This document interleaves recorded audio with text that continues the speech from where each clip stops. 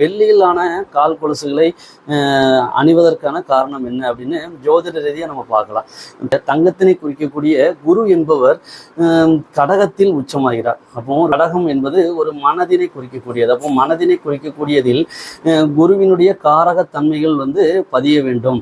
அந்த ஒழுக்கம் மற்றும் போதனை பகுத்தறிவு போன்றவை பதிய வேண்டும் என்பதற்காக நேரடியாக இதயத்திற்கு மேல் பகுதியான மனதில் பதியும்படி மார்பில் தொடும்படி எப்போதுமே அணியப்பட்டது. திருமாங்கல்யம் ஏன் அணியப்பட்டது அப்படின்னு சொன்னோம். அது மட்டும் இல்லாமல் பெண்கள் எதற்காக அந்த குருவினுடைய காரகமான தங்கத்தில் அதிகமான நாட்டத்தை கொண்டிருக்கிறார்கள் அப்படிங்கிறதுக்கான காரணம் இதுல இருந்து நமக்கு அடிஷ்னலாக ஒன்று கிடைக்கும்.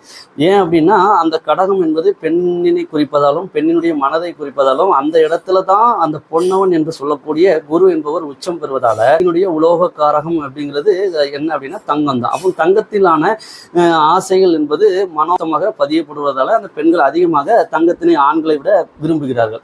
சரிங்க, இப்போ இதே சந்திரன் என்பவர் எங்கே சென்று உச்சமாகிறார் அப்படின்னு பார்க்கணும்.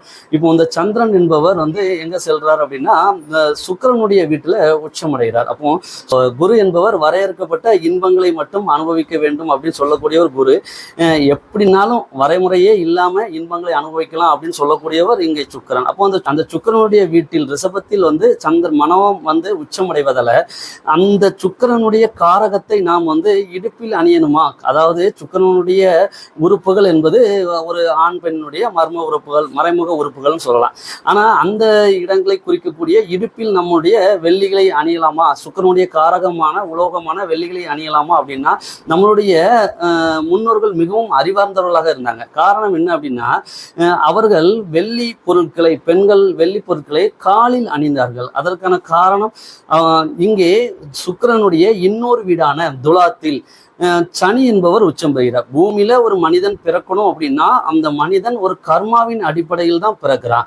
அப்போ சனி தான் அந்த கர்மாவினை இந்த பூமியில் அவன் எதை அனுபவிப்பதற்காக இந்த பூ உலகில் அந்த மனித உயிர் பிறந்திருக்கிறது அப்படின்னு சொல்லக்கூடியவர் அங்க சனி தான்.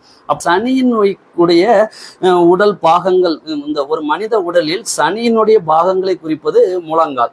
அப்போ அந்த முழங்கால் பகுதிகள் என்பது சனியினுடைய காரகம் என்பதால அந்த சுக்கிரன் என்கின்ற காமத்தினை நான் இந்த பூமியில் பிறந்த கர்மாவின் அடிப்படையில் மட்டுமே அனுபவிப்பேன்.